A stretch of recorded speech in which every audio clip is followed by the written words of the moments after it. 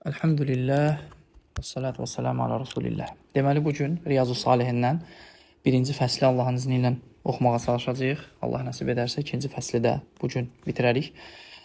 İxlaslı olmaq, üstəlik gizlində və aşkarda yerinə yetirilən hər bir əməl və deyilən hər bir söz üçün niyyət etmək.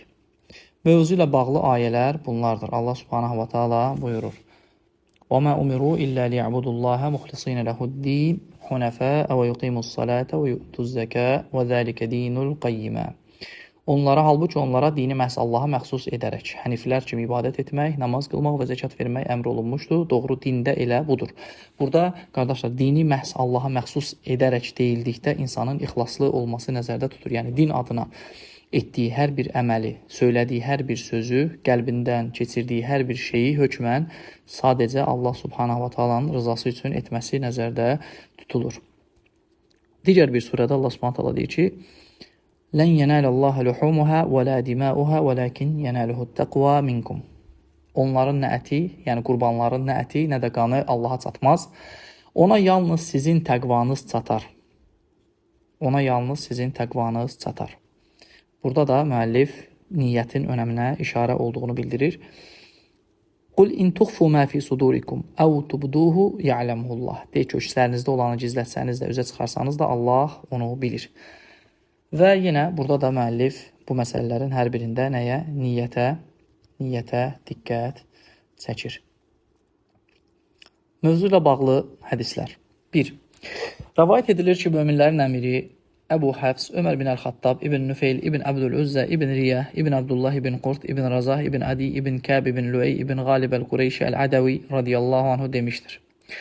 Mən Rasulullahın sallallahu aleyhi və səlləmin belə dediyini eşitmişəm. Əməllər ancaq niyyətlərə görədir və hər kəsə yalnız niyyət etdiyi şey qalacaqdır. Kimin hicrəti Allah və onun rəsulu üçündürsə, onun hicrəti Allaha və onun rəsuluna aiddir. Kimin də hicrəti əldə edəcəyi dünya malına və ya evlənəcəyi qadına görədirsə, onun hicrəti xatirinə hicrət etdiyi şeyə aiddir. Bu hədisin səhih olmasında Buxari və Müslim ittifaq etmişdir. Bu hədisi mühəddislərin iki imamı, yəni Buxari və Müslim öz səhih kitablarında nəql etmişdilər ki, bunlar İmam Nəvəvinin də bildirdiyi kimi Allahın kitabından sonra ən səhih kitablar sayılır. Bu hədis birbaşa nəyi bildirir bizə? Bu hədis birbaşa əməllərin sadəcə və sadəcə niyyətlərə görə dəyər qazanacağını, ona görə də bütün əməllərdə Allah üçün edilən hər bir əməldə nədir? Niyyət çox önəmlidir və niyyət olmadan heç bir əməl keçərli deyildir. Və yaxud da etdiyi əməldə insanın niyyətinin yanlış olması o əməlin o niyyəti tərəfə yazılmasına səbəb olur. İkinci hədis. Möminlərin anası Ümmü Abdullah Ayşə radiyallahu anhə rəvayət edir ki, Rasulullah sallallahu aleyhi və səlləm demişdir. Vaxt gələcək bir ordu Kəbəyə doğru yürüş edəcək. Nəhayət, Beydə deyilən bir yerə gəlib çatdıqda, onların əvvəlincisindən axırıncısına dək hamısı yerin dibinə girəcək. Ayşə deyir ki, mən soruşdum, ya Rasulallah, necə ola bilər ki, onların əvvəlincisindən axırıncısına dək yerin dibinə girsin? Axı onların arasında alış-veriş üçün gəlmiş bazar əhli və onlardan olmayan kimsələr də olacaq. Rasulullah sallallahu aleyhi və səlləm dedi, onların əvvəlincisindən axırıncısına dək hamısı yerin dibinə girəcək, sonra da niyyətlərinə uyğun tərzdə diriləcəklər və yaxud da dirildiləcəklər. Bu hədisin də səhih olmasında Buxari və Müslim ittifaq etmişdir. Buradakı mətn isə Buxarinin mətnidir. Və burada da Peyğəmbər sallallahu aleyhi və səlləm niyyətin insanın axirəti üçün nə qədər önəmli olduğunu xüsusilə vurğulayır. Üçüncü hədisdə Ayşə radiyallahu anh rəvayət edir ki, Peyğəmbər sallallahu aleyhi və səlləm demişdir. Məkkənin fəthindən sonra artıq hicrət etmək yoxdur. Lakin cihad və niyyət vardır. Cihada çağırıldığınız zaman tələsin. Və bu hədisin səhih olmasında da Buxari və Müslim ittifaq etmişdir. Hədisin mənası budur ki, Məkkədən hicrət etməyə gərək yoxdur. Çünki artıq Məkkə İslam diyarıdır. Təbii ki, bilirsiniz, bu uzun şərhə belə deyək, məruz qalmış bir hədisdir. Qısaca bunu demək lazımdır ki, əslində burada İslam alimləri demək istəyirlər ki, əgər bir yerə artıq İslam gəlibsə, oradan başqa yerə hicrət etmək burada qəsd olunur. Lakin İslam diyarına hicrət qiyamətə qədər davam edir. Hər zaman insanlar dinlərini yaşamadıkları yerlərdən İslam diyarına həmişə hicrət edə bilərlər və hicrətin hökmləri də oradakı şəraitə və s. görə dəyər qazanır. Bəzən hicrət vacib olur, bəzən hicrət müstəhəb olur, bəzən məkruh və hətta bəzən haram səviyyəsində də ola bilər hicrət etmək. Ona görə bu məsələlərə də çox uzun girmədən keçirik 4-cü hədisimizə. Rəvayət edilir ki, Əbu Abdullah, Cabir ibn Abdullah Əl-Ənsari radiyallahu anh demişdir. Döyüşlərin birində biz Peyğəmbərlə sallallahu aleyhi və səlləmlə birlikdəykən o belə buyurdu. Mədinədə elə kişilər var ki, sizin getdiyiniz hər yerdə, keçdiyiniz hər vadidə sizin yanınızda idilər. Diqqətlə qulaq asın. Mədinədə elə kişilər var ki, sizin getdiyiniz hər yerdə, keçdiyiniz hər vadidə sizin yanınızda idilər. Onlar xəstəlik yüzündən səfərə çıxa bilmədilər. Digər rəvayətdə onlar savabda sizə şərik oldular deyilir. Bu hədisi də Müslim rəvayət etmişdir. Buxarinin Ənəsdən rəvayət etdiyi hədisdə isə deyilir ki, biz Peyğəmbərlə sallallahu əleyhi və səlləmlə Təbuk döyüşündən qayıdarkən o belə buyurdu. Mədinədə qoyub gəldiyimiz elə kişilər var ki, keçdiyimiz hər dağ yolunda və vadidə onlar bizim yanımızda idilər. Onların gəlməməsinin üzürlü səbəbi vardır. Və buradan da Allah Rəsulü əleyhissalatu vesselam bizə çatdırmaq istədiyi mesaj odur ki, əgər bir müsəlman, bir mömin sidq qəlbdən, səmimi qəlbdən bir əməli etmək istəyərsə, o əməlin savabını Allahdan umaraqdan etmək istəyərsə, lakin əlində olmadığı səbəblərdən dolayı bunları eləyə bilməzsə, Allah subhanahu wa ta'ala ona elə bir ki, o bütün yolu keçmiş kimi savabı verər. Və burada da nə dedi? Ona görə bildirdi ki, Allah Rasulü s.ə.v Mədinədə elə kişilər var ki, sizin getdiyiniz hər yerdə, keçdiyiniz hər vadidə sizin yanınızda idilər. Yəni, xəstəlik onlara əngəl olmasa, eyni yolu onlarla gedəcəyi üçün, onların da gedəcəyi üçün Allah Taala onları sizinlə bir yerdə yazdı. Yəni sanki o da burada nəyə görə bu sözlər işlənilir? Bununla bağlı da Tövbə surəsinin son ayələrində orada baxa bilərsiniz ki, Allah Subhanahu taala möminləri mükafatlandırarkən xüsusilə bu sözləri vurğulayır ki, yəni sizin keçdiyinizdir, elə bir vadi yoxdur ki, ona görə Allah Taala sizə uzun ayədir, o hissəsini sadəcə vurğulayıram ki, sizə Allah Taala o keçdiyiniz vadidən, yəni keçdiyinizə görə sizə Allah Taala eləməsin, Allah Taala sizə əcir yazmasın. 5-ci hədis. Rəvayət edilir ki, həm özü, həm atası, həm də babası səhabə olmuş Əbu Yezid, Mən ibn Yezid ibn Əl-Əxnəs radiyallahu anhu demişdir. Atam Yezid sədəqə vermək üçün bir neçə dinar çıxarıb məsciddə bir kişinin yanına qoydu ki, onu ehtiyacı olanlara versin. Mən məscidə gəldikdə o kişi həmin sədəqəni mənə verdi və mən o dinarları götürüb atamın yanına gəldim. Atam dedi, vallahi mən bu dinarları sənin üçün ayırmamışdım. Mən atamla birlikdə gedib bunun hökmünü Rasulullah sallallahu aleyhi və səlləmdən soruşduq. O da belə buyurdu. Ey Yezid, niyyət etdiyin sədəqənin savabı sənədir. Ey mən, aldığın dinarlar da sənindir. Bu hədisi Buxari rəvayət etmişdir və bu hədis də bizə niyyətin nə qədər önəmli olduğunu göstərir ki, baxmayaraq ki, o pul yenidən sənin ailənə, sənə qayıtdı, sənin niyyətin onu belə deyə gözündən çıxartmaq, səndən çıxmasını gözə alıb sədəqə verdiyin üçün Allah Taala onu sənə qaytardı və həmçinin bununla yanaşı istəmiş olduğunu sədəqə savabını da sənə Allah Subhanahu va Taala yazmış oldu. 6-cı hədis. Rəvayət edilir ki, cənnətlə müjdələnmiş 10 nəfərdən biri olan Əbu İshaq, Sa'd ibn Əbu Vaqqas, Malik ibn Uheyb ibn Abdurrahman ibn Zuhra ibn Kiləb ibn Murra ibn Kəb ibn Luey Əl-Qureyşi Əz-Zuhəri radiyallahu anhu demişdir. Bu arada İmam Nəvəvi burada onların hər yeni gələn sahabənin anladığım qədərilə bütün şəcərəsini yuxarıya qədər, yəni belə deyək də Kəb ibn Luey və s. Yuxarı təbəqəyə qədər verir. Və deyir, vida həcci ili ağır xəstələnmişdim deyə Rasulullah sallallahu aleyhi ve sellem mənə baş çəkdi. Mən ya Rasulullah, gördüyün kimi xəstəliyim ağırlaşıb. Mənim var dövlətim çox, qızımdan başqa da bir varisim yoxdur. Malımın 3/2-sini sədəqə verə bilərəmmi deyə soruşdum. O, xeyr deyə cavab verdi. Mən ya Rasulullah, yarısını necə deyə soruşdum.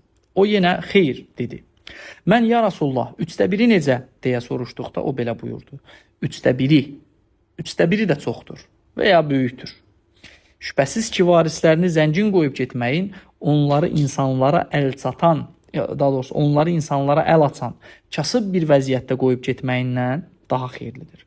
Allahın üzünü görməyi diləyərək xərclədiyin hər şeyin, hətta həyat yoldaşının ağzına qoyduğun loxmanın belə savabını qazanırsan. Mən dedim, ya Rasulullah, mən burada ölüb mömin qardaşlarımdan geridə mi qalacağam? Rasulullah sallallahu aleyhi ve sellem, sən geri qalmayacaqsan.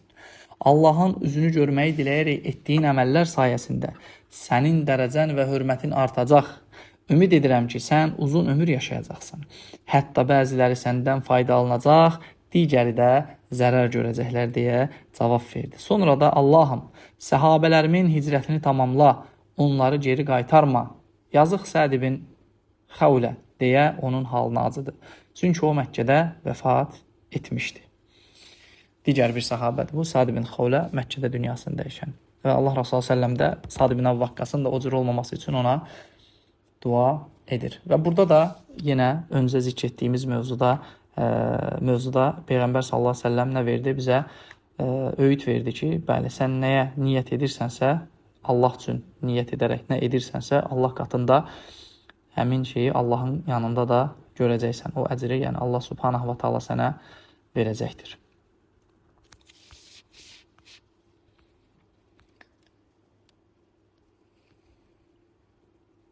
7-ci hədis. Əbu Hüreyrə Abdurrahman ibn Saxr radiyallahu anh rəvayət edir ki, Rasulullah sallallahu aleyhi və səlləm demişdir. Allah sizin bədəninizə və zahiri görünüşünüzə baxmır. Lakin o sizin qəlbinizə və əməllərinizə baxır. Bu hədisi Müslim rəvayət etmişdir. Və bu hədisin də mətni kifayət qədər açıqdır, aydındır və mövzumuzla əlaqəsi də ondan ibarətdir ki, insanın həqiqətdə qəlbində daşıdığı niyyət çox önəmlidir. Əgər qəlbində daşıdığı niyyət etdiyi əməllərdə Allah subhanahu wa ta'alanın rızası üçündürsə, şübhəsiz ki, Allah subhanahu wa ta'ala bunu görür və onun mükafatını verəcək. Yox, əgər zahirən əməli Allah üçün görsənir, insanlar da onun Allah üçün olduğunu təqdir edirlər, lakin qəlbində başqa niyyətlər, başqa planlar, başqa fikirlər bəsləyirsə, Allah subhanahu wa ta'ala yenə də onun nə zahirdə insanların dediklərini, nə də zahirdə görsəndiyini nəzərə almır. Allah subhanahu wa ta'ala Peyğəmbər s.ə.v dediyi kimi, o sizin qəlbinizə və əməllərinizə baxır. Yəni, qəlbinizlə əməllərinizin üst-üstə düşməyinə və yaxud da səmimiyyətinə Allah subhanahu wa ta'ala nedir? Diqqət edir. 8-ci hədis. Rəvayət edilir ki, Əbu Musa Abdullah ibn Qeys əl-Əşari demişdir. Rəsullahdan sallallahu aleyhi və səlləmdən qəhrəman adı qazanmaq, təəssübkeşliyi üzündən və ya özünü göstərmək üçün vuruşan kimsələrdən hansının Allah yolunda olduğu soruşuldu. Yəni, bir neçə kateqoriya sayılır. Bunların hansı Allah yolundadır deyilir ya Rasulullah. Rasulullah sallallahu aleyhi və səlləm də buyurdu.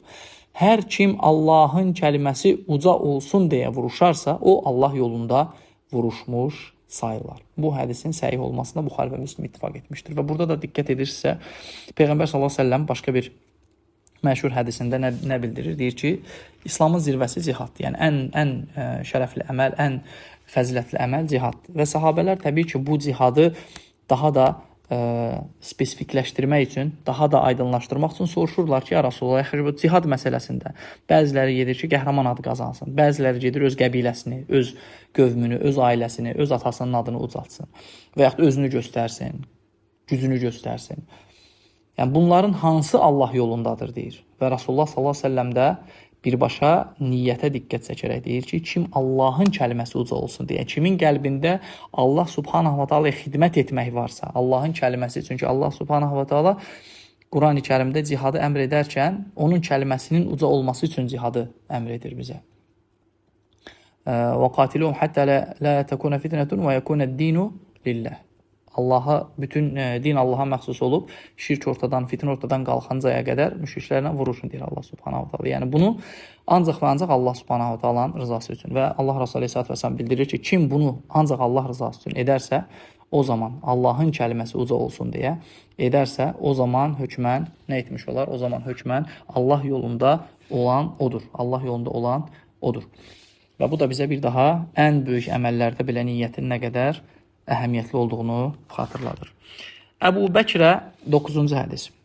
Əbu Bəkrə Nüfey ibn əl-Haris Əs-Səqafi radiyallahu anh rəvayət edir ki, Peyğəmbər sallallahu aleyhi və səlləm demişdir.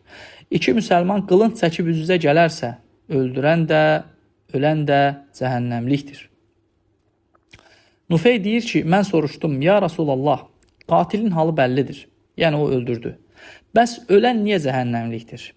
Dedi, çünki o müsəlman qardaşını öldürməyə həris idi.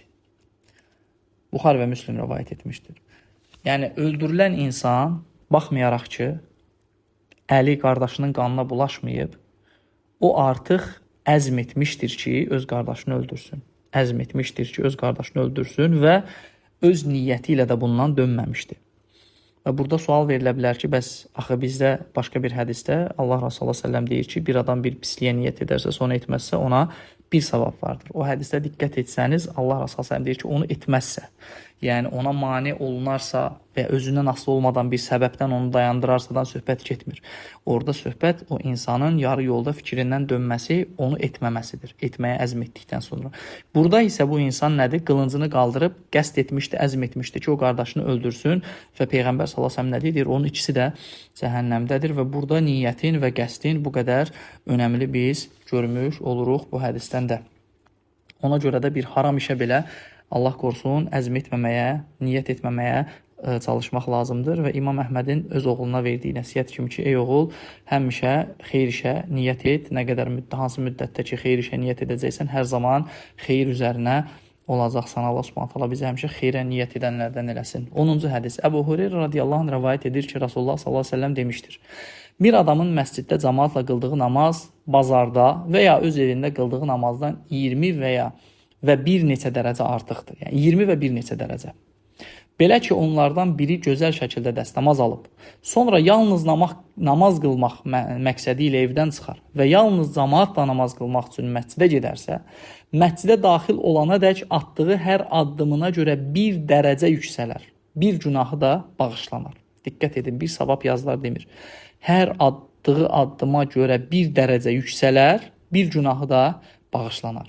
Məscidə daxil olduqda cəmaatla qılınacaq namazı gözlədiyi müddət ərzində namaz qılırmış kimi savab qazanar. Mücərrəd oturub gözləməklə sadəcə.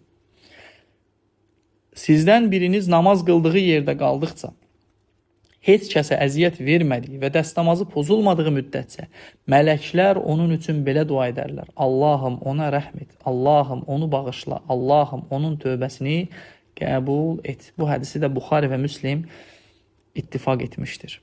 Və diqqət edin qardaşlar, nə qədər önəmli bir hədis və nə qədər səhih bir isnadla, yəni əlimizdə olan Qurandan sonraki ən möhkəm isnadla Allah Resulü Aleyhisselatü Vesselam'dan bizə rəvayət edir və bu da bizim cəmaat namazlarına, məscidə getməyə nə qədər ehtiyacımızın olduğunu və nə qədər buna əhəmiyyət verməyimizin gərəkdiyini Allah Taala tərəfindən, Allah Resulü Sallam tərəfindən bizə xatırladır ki, həqiqətən də bu namaz başqa rəvayətlərlə də təsdiqlənsə 27 qat daha çox savab verir. 27 qat düşünün, yəni 27-yə vurulur. Tək qıldığın zaman, məsələn, fərz namazına 1 milyon savab qazanırsansa, məscidə getdiyin zaman 27 milyon savab qazanırsan. Niyə görə milyonla ifadə? Çünki bu fərz namazdır. Yəni bilirsiniz ki, Allah katında ən dəyərli namaz fərz namazdır. Əgər nafilə namazları biz Quran oxumağı bir hərfi bir savab və ya 10 savabla ifadə ediriksə, artıq fərz namazının dəyərini özünüz düşünün. Fərz namazının içərisində oxunan Quranın dəyərini özünüz düşünün. Bir də bunu məscidə gedərəkdən 27 qata çıxartmağı düşünün və bir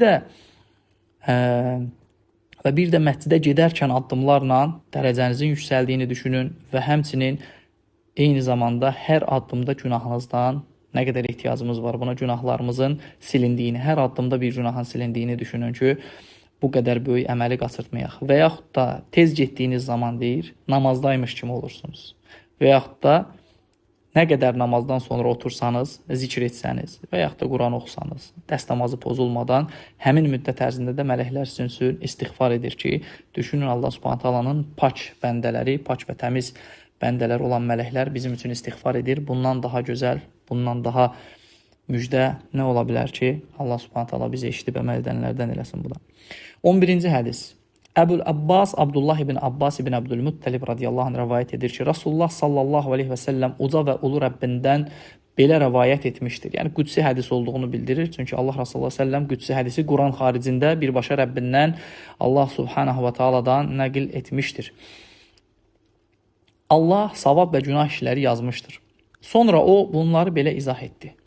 Kim bir savab iş görməyə niyyət etsə, sonra buna əməl etməzsə, uca və ulu Allah onun üçün öz yanında tam bir savab yazar. Yəni niyyət etdi, əgər bunu etməsə belə Allah Taala ona bir savab yazar. Əgər o savab iş görməyə niyyət etsə və bunu yerinə yetirsə, müvəffəq olsa, Allah onun üçün 10 mislindən 700-ədək, hətta bundan qat-qat artıq savab yazar. Allah Subhanahu taala burada da bir limit qoymur. Minimum 10 mislidir. Çünki Allah Subhanahu Quranda deyir ki: "Mən cəə bil həsənəti fələhu əşru əmsəliha." Kim bir xeyir işlə, həsənə ilə gələrsə, onun savabı 10 qatdır. Bu Allah Subhanahu taalanın möminlərə vermiş olduğu bir lütfdür. Hər həsənəyə, yerinə yetirdiyi hər gözəl xeyir işə Allah Subhanahu taala 10 qatı verir. Və bildirir ki, və bu da nədir? Sadəcə bir başlanğıcdır və deyir, mislindən 700-ədək, hətta bundan qat-qat artıq savab yazar. Və bilirsiniz ki, yerə görə, zamana görə əməllər dəyər qazana bilir. Məsələn, bunu cümə günü, əsrdən sonra və yaxud da Ramazan vaxtı və yaxud da digər haram aylarda etməsi, gündüzdən isə gecə etməsi və s. bunlar nə verir? Bunlar əməlin savabını qat-qat artırır və yaxud da Məscid-ül Aqsada etməsi və ya Məscid-ül Nəbəvidə etməsi və ən yüksək pik nöqtədə Məscid-ül Haramda etməsi nədir? Onlara qat-qat artıq savablar verə bilir. Və deyir Allah Resulü s.ə.v. Kim bir günah iş görməyə niyyət etsə, sonra buna əməl etməzsə, Allah onun üçün öz yanında tam bir savab yazar. Yəni, günah işi tərk etdiyinə görə, bayaq da bunun qısaca izahını bildirdik Allahın izni ilə. Əgər o günah iş görməyə niyyət edər və bunu yerinə yetirərsə, Allah ona cəmi bir günah yazar. Subhanallah. Sadəcə və sadəcə bir günah. Bəli, Allah Subhanahu wa ta'ala bu qədər ədalətlidir. Rəbbim bizim günahlarımızı bağışlasın və bizə Allahdan dilirəm heç onu da yazmasın. 12-ci hədis. Rəvayət edilir ki, Əbu Abdurrahman Abdullah ibn Ömər ibn Əl-Xattab radiyallahu anhuma demişdir. Mən Rasulullahın sallallahu aleyhi və səlləm belə dediyini eşitmişəm. Sizdən əvvəlkilərdən 3 nəfər səfərə çıxdı və yolda gecələmək üçün bir mağaraya girdilər. Onlar mağaraya daxil olduqdan sonra dağdan böyük bir qaya parçası yuvarlanıb aşağı düşdü və mağaranın ağzını örtdü. Onlar dedilər, sizi bu qaya parçasından yalnız etdiyiniz salih əməlləriniz vasitəsilə Allaha dua etməyiniz xilas edə bilər. Burada qardaşlar bir mötərizə açaraqdan bir faydanı bildirim ki, bəli, bu hədis bizi açıq şəkildə salih əməllərlə Allaha təvəssül etmənin caizliyini göstərir və Allah Subhanahu wa ta'ala da deyir ki, وَبْتَغُوا إِلَيْهِ الْوَصِيلَةِ Allaha yaxınlaşmağa vəsilələr axtarın və bu hədis bizə bunu açıqlayır ki, biz Allaha yaxınlaşmaq üçün Allah Subhanahu wa ta'alanın sevib razı qaldığı salih əməlləri sadəcə onun rızası üçün edərəkdən ona vəsilə axtarmış oluruq. Və burada onların içərisində də biri nə deyir? Deyir, sizi bu qaya parçasından yalnız etdiyiniz salih əməlləriniz vasitəsilə Allaha dua etməyiniz xilas edə bilər. Onlardan biri dedi, Allahım, mənim çox qoca ata-anam var idi. Hər axşam onlara süd içirtməmiş nə ailəmə, nə də xidmətçilərimə süd verərdim. Bir gün heyvanları otarmaq üçün çox uzağa getdim və valideynlərim yatana qədər evə qayıda bilmədim. Axşam içəcəkləri südü sağıb gəltirdikdə isə artıq onlar yatmışdılar. Onları oyatmaq və onlardan əvvəl ailəmə və xidmətçilərimə süd içirtmək istəmədim. Yəni, nə oyatmaq istədim, nə də onlardan qabaq ailəmə və xidmətçilərimə süd içirtmək istəmədim. Uşaqlar ayağıma sarılıb ağladıqları halda mən əlimdə süd dolu bardaq sübh açılana dək onların yuxudan oyanmasını gözlədim. Nəhayət yuxudan oyanıb südlərini istilər. Allahım, əgər bu əməli sənin üzünü dilədiyimə görə etmişəmsə, bizi bu qayadan dolayı düşdüyümüz sıxıntıdan qurtar. Qaya bir qədər aralandı, lakin onlar oradan çıxa bilmədilər. Və burada da bir mötərizə açıram qardaşlar ki, diqqət edin, bir insanın etmiş olduğu valideyninə yaxşılıq və ixlası görün, böyük bir qayanı hərəkətə gətirib, o anda onlara orada yardım səbəbi olur. İkincisi dedi, Allahım, mənim bir əmim qızı var idi. Mən onu hamıdan çox sevirdim. Digər bir rəvayətdə onu bir kişinin qadını istədiyi kimi istəyirdim. Yəni, bir kişi bir qadını nə qədər arzu edə bilərsə. Mən onunla yaxınlıq etmək istədim, lakin o mənə yaxınlıq vermədi. Nəhayət illərin birində qıtlıq vaxtı ehtiyac üzündən yanıma gəldi və mən ona mənimlə yaxınlıq etmək şərti ilə 120 dinar verdim. O da buna razılıq verdi, yəni zərurət qarşısında. Ona yaxınlaşdıqda, digər bir rəvayətdə 2 ayaq arasında oturduqda, yəni artıq zinanın belə deyək, tam eşiyindəykən o mənə Allahdan qorx. Haqqın olmadığı halda bakirəliyimi pozma dedi. Mən də onu hamıdan çox sevdiyim halda ondan uzaqlaşdım.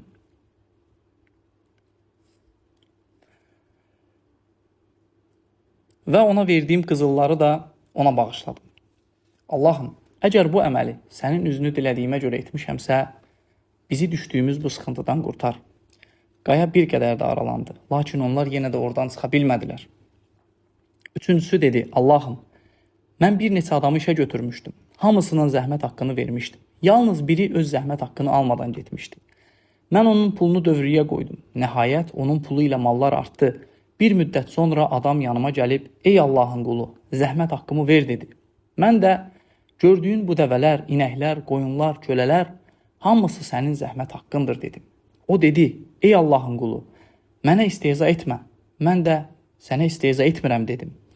Beləcə o malların hamısını sürüb apardı, heç nə saxlamadı. Allahım, əgər bu əməli sənin üzünü dilədiyimə görə etmişəmsə, bizi düşdüyümüz bu sıxıntıdan qurtar. Qaya tamamilə aralandı və onlar oradan çıxıb getdilər. Bu hədisin səhih olmasını yenə Buxari və Müslim ittifaq etmişdir. Və bu hədis də bizə, qardaşlar, insanın ixlasının ona hansı dərəcədə yardım edəcəyini, Allah subhanahu wa ta'ala ona yardımının gəlməsinə səbəb olacağını göstərən digər bir hədisdir. Allah subhanahu wa ta'ala oxuduqlarımızla əməl etməyi, yaşamağı nəsib etsin, günahlarımızı bağışlasın, Allah subhanahu wa ta'ala etdiyimiz əməllərimizi bizdən qəbul etsin və Rəbbim bu salih əməl vasitəsilə təvəssülümüzü qəbul edərəkdən dünyanın hər yerində zülmə məruz qalan müstazaf müsəlmanlara yardım etsin, öz kəlməsini uca etsin. Subhanakallahumma və bihamdika əşhədu an la ilaha illa ente estağfiruka və etûbu ileyk.